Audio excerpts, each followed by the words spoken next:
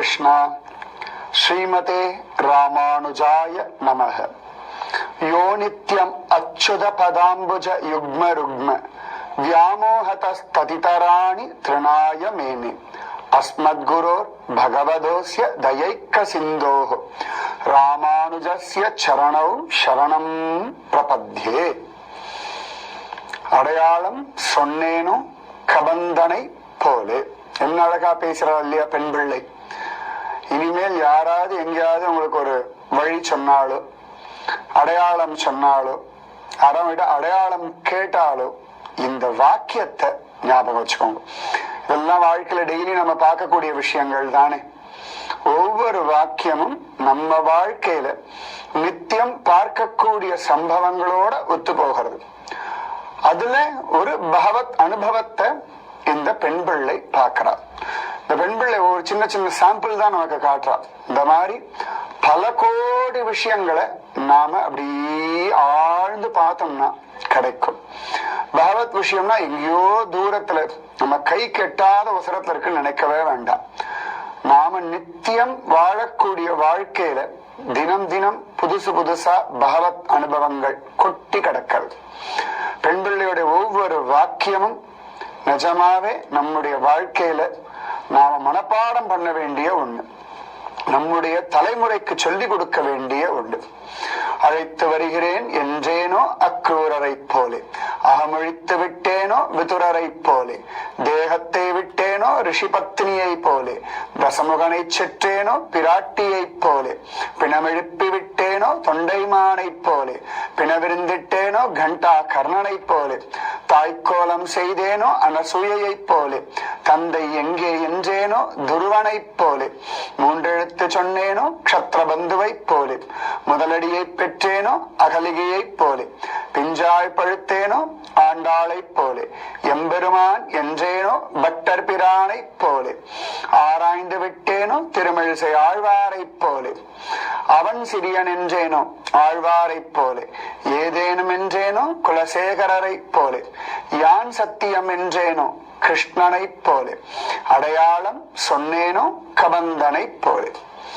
இவ்வளவு அழகா ஒவ்வொரு வாக்கியமும் எத்தனை அழகா நுணுக்கமா அவள் இந்த பகவத் விஷயங்களை கேட்டிருக்கான்னு நமக்கு புரியுது.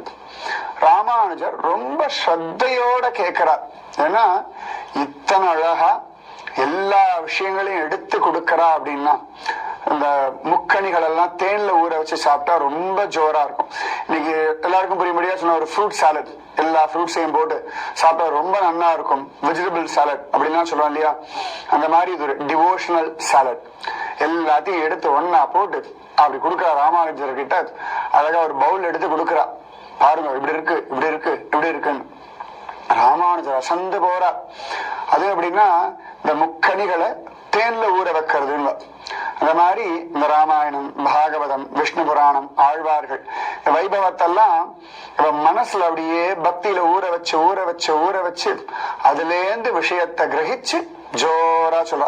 இந்த ஊறுகாய்னு சொல்லுவோம் இல்லையா, ஊரிண்டே கிடக்குமோன்னு, அந்த மாதிரி நம்ம மனசுக்குள்ள இந்த பகவத் விஷயத்தை அப்படியே ஊற வைக்கணும்.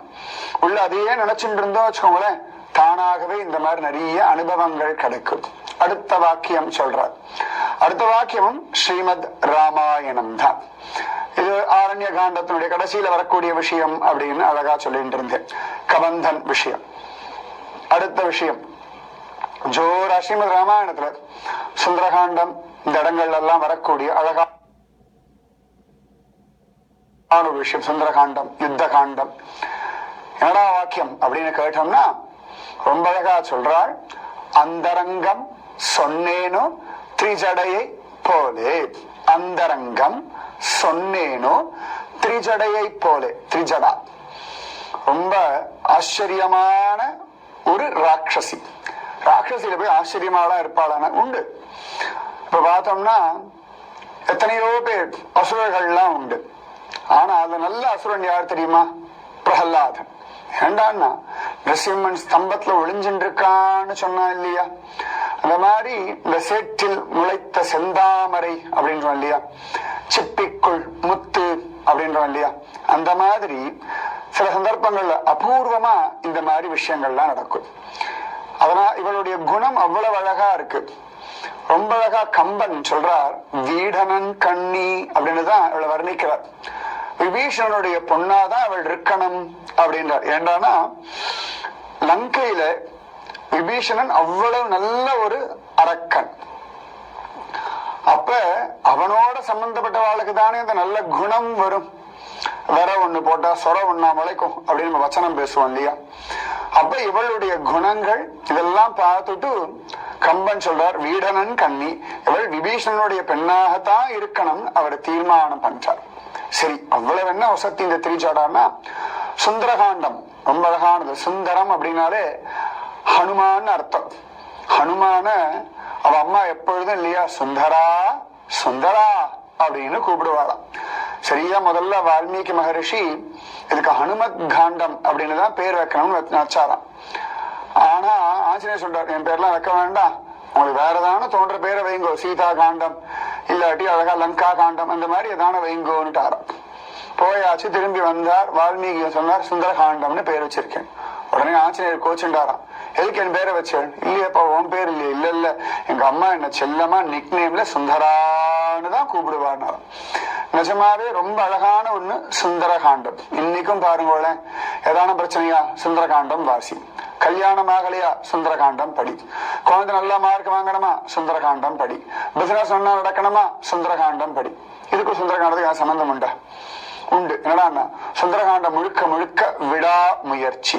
இந்த விடாமுயற்சி பத்தி பேசுறதுனால அதை வாசிக்க வாசிக்க வாசிக்க வாசிக்க நமக்கும் விடாமுயற்சின்ற அந்த ஒரு பக்குவம் வந்துடுமா. இப்ப சுந்தரகாண்டத்துல ஆஞ்சநேயர் லங்கைக்குள்ள நுழைஞ்சுடுறார், அசோகவனத்துல நுழைஞ்சுடுறார். அப்ப எல்லா ராட்சசிகளும் படாத பாடு படுத்துறாளாம்.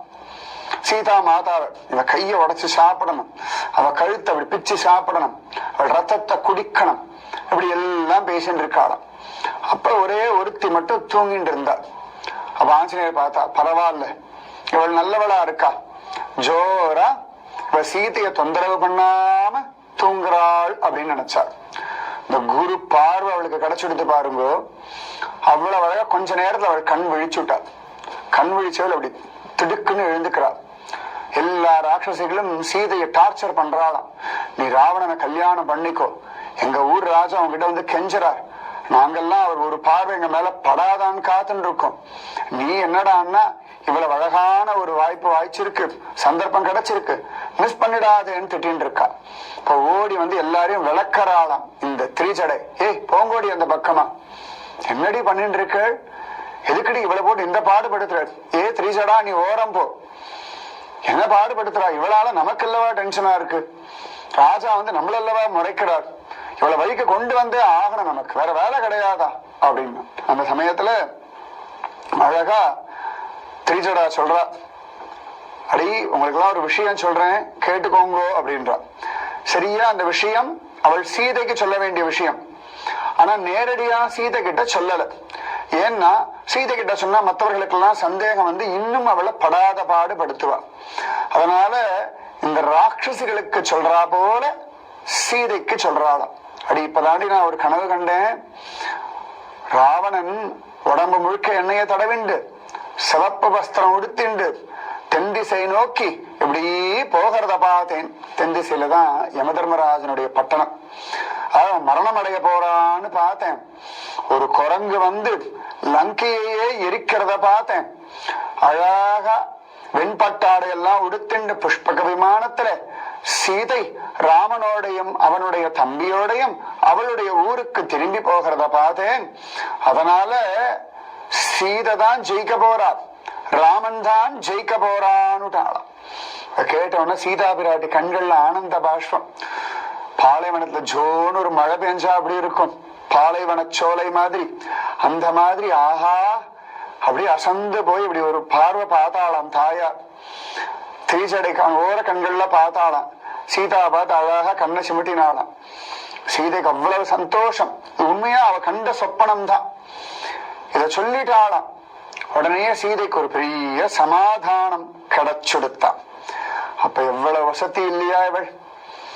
தாயாருக்கு அந்தரங்கமான ஒரு ஆனந்தத்தை ஜோரா சொல்லிட்டா இல்லையா. இது மட்டும் இல்ல, சில சந்தர்ப்பங்கள்ல ராவணன் வந்து நான் உன்னை பலாத்காரம் பண்ணிடுவேன்னு மிரட்டானா. அப்பெல்லாம் திரிஜட அவன் போன பிறகு சொல்றான், அதெல்லாம் பண்ண மாட்டான், கவலைப்படாத. ராவணனுக்கு ஒரு சாபம் இருக்கு, அவனுடைய ஆசைக்கு ஒத்து வராத பெண்களை அவன் பலாத்காரம் பண்ணா அவன் தலை வெடிச்சு செத்து போயிடுவான்னு இருக்கு. அதனால கவலைப்படாதே சீதே, உனக்கு ஒண்ணும் ஆகாதுன்றாள்.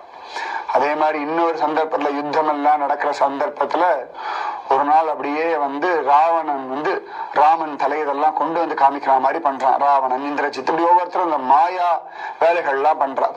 அப்பெல்லாம் சீதை கதறாளாம், கவலைப்படாதேடி, ராமனுக்கு ஒண்ணும் ஆகாதடி அப்படின்றாளாம்.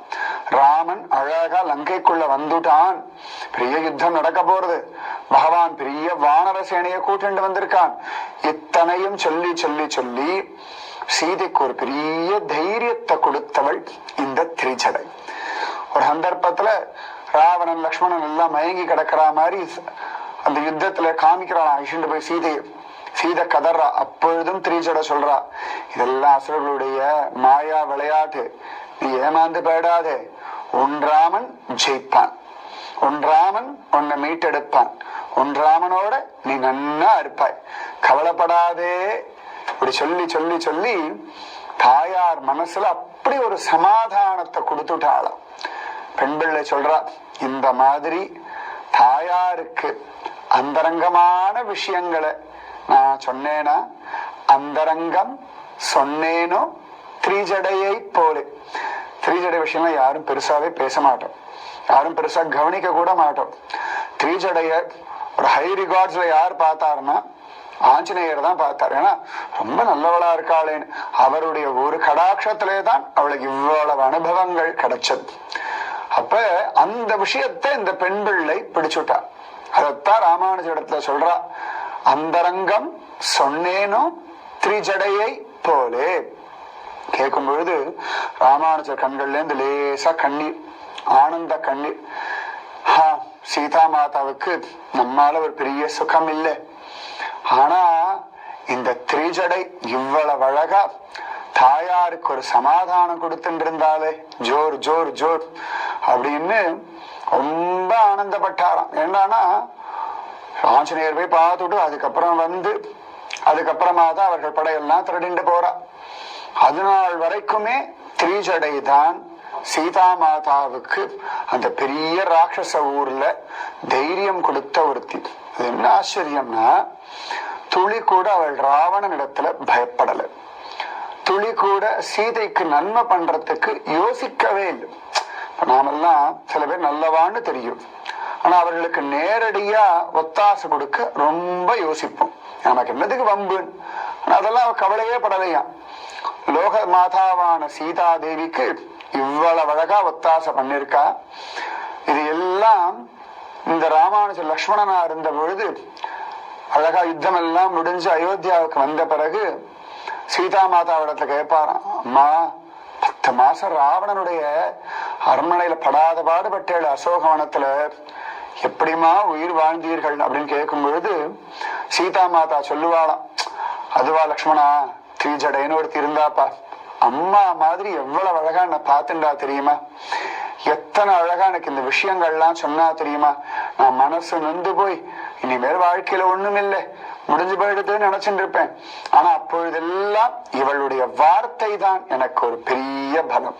சத்தியம், பல சந்தர்ப்பங்கள்ல இந்த வாழ்க்கை என்னத்துக்கு, ஏன் வாழணும், இதனால என்ன கஷ்டம், என்ன சுகம் இருக்கு அப்படின்னு நாம நினைக்கும் பொழுதெல்லாம் குருவுடைய வார்த்தை நம்மளை காப்பாத்தும். சரியா ஒரு விதத்துல கவனிச்சு பார்த்தோம்னா அழகா சீதா மாதாவுக்கு அந்த இடத்துல ஒரு பாகவத மாதிரி இருந்துண்டு தைரியத்தை கொடுத்தவள் அழகான திரிஜடை. இதெல்லாம் சீதா மாதா சொல்லும் பொழுதே அவ கண்கள் ஆனந்த பாஷ்பம் வழியுமா. திரிஜடா மறக்கவே முடியாது லக்ஷ்மணா, அவதான் என்ன அழகா இந்த ஆஞ்சநேயர் வித்தாந்தம் எல்லாம் சொன்னா தெரியுமா, அவள் தான் முதல்ல ராவணனுக்கு மரணம் நிச்சயம், நீங்க 2 பேரும் வருவேன், என்ன அழகா காப்பாத்திட்டு போவேன், நம்ம எல்லாம் புஷ்பக விமானத்துல வருவோம், இத்தனையும் முதல்ல ப்ரெடிக்ட் பண்ணி சொன்னவளே அவள் தான். ப்ரெடிக்ஷன்றதை விட குரு அனுகிரகத்தினால அவளுக்கு தெரிஞ்ச தெய்வ ரகசியம். அதனால தாயார் எப்பொழுதுமே அந்த திரிஜடையின் இடத்துல அத்தனை தூரம் பிரீத்தி உடையவளா. அந்த தாயாரே இத சொல்லி நேரடியா கேட்ட அந்த லக்ஷ்மணனாகிய இந்த ராமானுஜரிடத்துல, நம்முடையவரான ராமானுஜரிடத்துல இந்த பெண் பிள்ளை சொல்றா, அந்தரங்கம் சொன்னேனோ திரிஜடையை போல. அது என்ன ஆதங்கம்னா, அவளுக்கு இவ்வளவு தூரம் தெரியறது. அவ சொல்றா, சுவாமி நான் மசல் புழுக்க வரப்புல கடந்தா என்ன, வயல்ல கடந்தா என்ன, இந்த மாதிரி அந்தரங்கமா கோளூர் வள்ளி தாயார், குமுதவல்லி தாயார் இடத்துல போய் அடியாள் பேசியிருக்கலாம். ஒரு நாள் கூட அடியன் பேசினதே கிடையாது, அம்மா ரொம்ப கஷ்டப்படுறேம்மா அப்படின்னு பேசியிருக்கலாம்.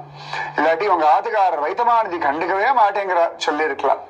இல்லாட்டி கூட அழகா தாயார் சந்தையில உட்கார்ந்துண்டு, அம்மா நானும் உன்ன மாதிரி ஒரு பொண்ணு தானே, இத்தனை பேர் நித்தியம் பக்தர்கள் வந்துட்டே இருக்காளு, எல்லாருக்கும் கிருப பண்றியே, எப்படிமா உன்னால முடியறது, அவளிடத்த ஒரு நெருங்கின தோழியா பேசியிருக்கலாமே. மத்த எல்லாரையும் விட்டு விடலாம், தாயார ஒரு தோழியா நினைச்சுண்டு அந்தரங்கமா ரகசியத்தை பேசிருக்கலாம் இல்லையா. பல சந்தர்ப்பங்கள்ல நிறைய ஸ்திரீகள் பார்த்திருக்கேன் நான், எனக்கு நல்ல ஃப்ரெண்ட்ஸே கிடையாது அப்படின்னு, இல்லாட்டி எனக்கு நிறைய பேர் க்ளோஸ் ஃப்ரெண்ட்ஸ், பால்ய சிநேகிதிகள் என்னமோலாம் சொல்லுவா. தி எவர் பெஸ்ட் ஃப்ரெண்ட் தாயார். சரியா, இன்னில இருந்து சீதா மாதாவை உங்க ஃப்ரெண்டா பாவிச்சுக்கோங்களேன். அழகா பெண் பிள்ளை அதான் சொல்லுவா, நான் குமுதவல்லி தாயாரையும் கோளூர் வள்ளி தாயாரையும் என்னுடைய சிநேகிதியா நினைச்சிருக்கலாம். அவள் இடத்துல அந்தரங்கமா பேசிருக்க. நம்ம சொல்லுவோம் ரொம்ப முக்கியமான விஷயம் வேற யார்ட்டையும் சொல்லாதுன்னு, சில பேர் ரொம்ப அந்தரங்கமான விஷயங்களை பகிர்ந்துப்போம் இல்லையா. அந்த மாதிரி தாயாருக்கு சமாதானம் தரும்படியான அந்தரங்கமான விஷயங்களை ரொம்ப உரிமையோட தாயார் இடத்துல அவள் பேசினாலே, அந்த மாதிரி நாம் பேசலையே. இத்தனைக்கும் இந்த ஊருக்காரிதான் அழகா பேசியிருக்கலாம், யாரும் தடுக்க முடியாது, மனசுக்குள்ள பேசலாம் இல்லையா. இப்ப இவ்வளவு நாள் நீங்களும் மனசு நிறைய குமரின் இருக்க இல்லையா, தாயார் இடத்துல சொல்லுங்க. நீங்க ஆண் பிள்ளையா இருந்தா பிரகல்லாதன், துருவன், ராமானுஜர், சைத்தன்ய மகாபிரபு, இந்த மாதிரி எத்தனையோ மகாத்மாக்கள், மத்வாச்சாரியார், ஆதிசங்கர பகவத் பாதர், சந்துக்காராம், எத்தனையோ பேர், சுவாமி விவேகானந்தர், இவர்கள் எல்லாம் க்ளோஸ் ஃப்ரெண்டா வச்சுட்டு அழகா பேசுங்க இல்லையா. ஸ்திரீகளா இருக்கலா, ஆண்டாள், ஆண்டாளை விட நல்ல தோழி உண்டா. அதுவும் அவ பாசுரமே அவ்வளவு அழகா சொல்லியிருக்கா, ஜோரா கணா கண்டேன் தோழி நான், தோழி தோழி தோழி நம்மளதானே கூப்பிடுறா, அவளை தோழியா வச்சுக்கலாம். ராதிகா ராணிய தோழியா வச்சுக்கலாம், அலர்மேல் மங்கா தாயார தோழியா வச்சுக்கலாம், ஸ்ரீரங்கநாயகிய தோழியா வச்சுக்கலாம், காஞ்சிபுரம் பெருந்தேவி தாயார தோழியா வச்சுக்கலாம். வச்சுட்டு ஜோரா பேசலாமே, ஆனந்தமா பேசுங்க பெண் பிள்ளை. அதுதான் என்ன அழகான வாக்கியம் பாருங்க, அந்தரங்கம் சொன்னேனோ திரிஜடையை போலே. அப்ப அந்தரங்கமா தாயார் இடத்துல பேசுங்க. உங்க மனசுல நினைக்கிறலாம் எல்லார்கிட்டையும் எல்லாம் பேசாதீங்க.